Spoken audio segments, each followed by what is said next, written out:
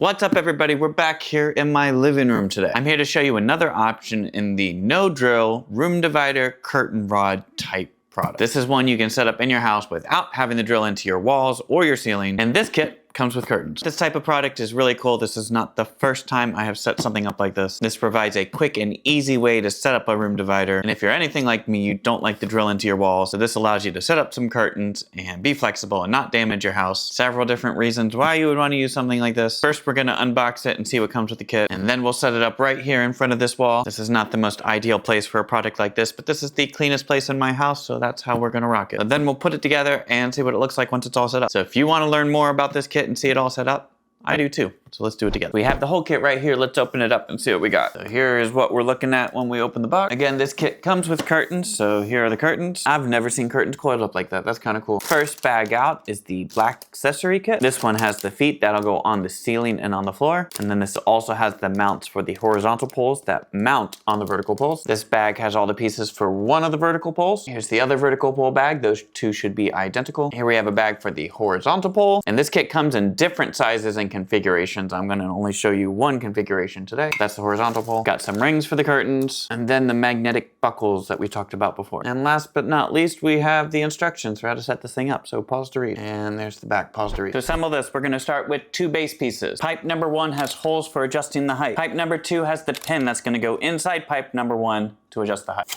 That's 1 and 2 together. We have 6 of these pipe number 3 pieces, and then a shorter pipe number 4.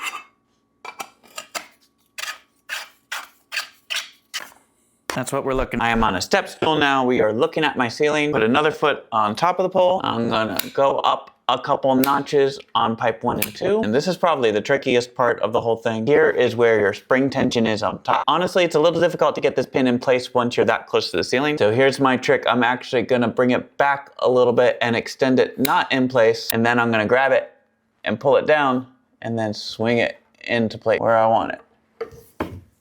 And there we go. That way you're not trying to like fight the spring tension or anything.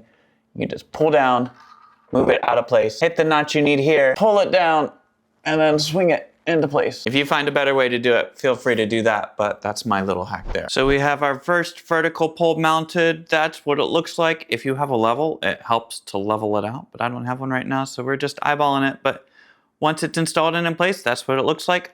No drilled, all spring tensioned. You have 1 vertical pole. So let me do the other one and then I'll get back to you. So I have my 2 vertical poles installed now. We're gonna put together the horizontal pole. It's basically the same process, but you also have pipe 5 and 6 that go on the ends, and that fits the end caps that are provided. So let me do that and then I'll get back to you. Once you have your vertical pole together, it slides right in. And then you have some end caps. And that is basically what we're working with for now. So let's go ahead and set up the curtain. So I've got the curtain out and I've got the hooks. We're gonna mount the hooks on the horizontal pole. And on the inside of the curtain, we have these hooks that will slide right into the hoops. And then the hoops will be on the horizontal pole. Let me take a minute and set all that up. I have all the hoops on the horizontal pole right now, and I don't have this measured out for anything specific. You would put these on the outside of a window or bed or what have you. This is just what we're rolling with right now. I have my curtains with the hooked, and we're just gonna go one at a time, hook to hoop.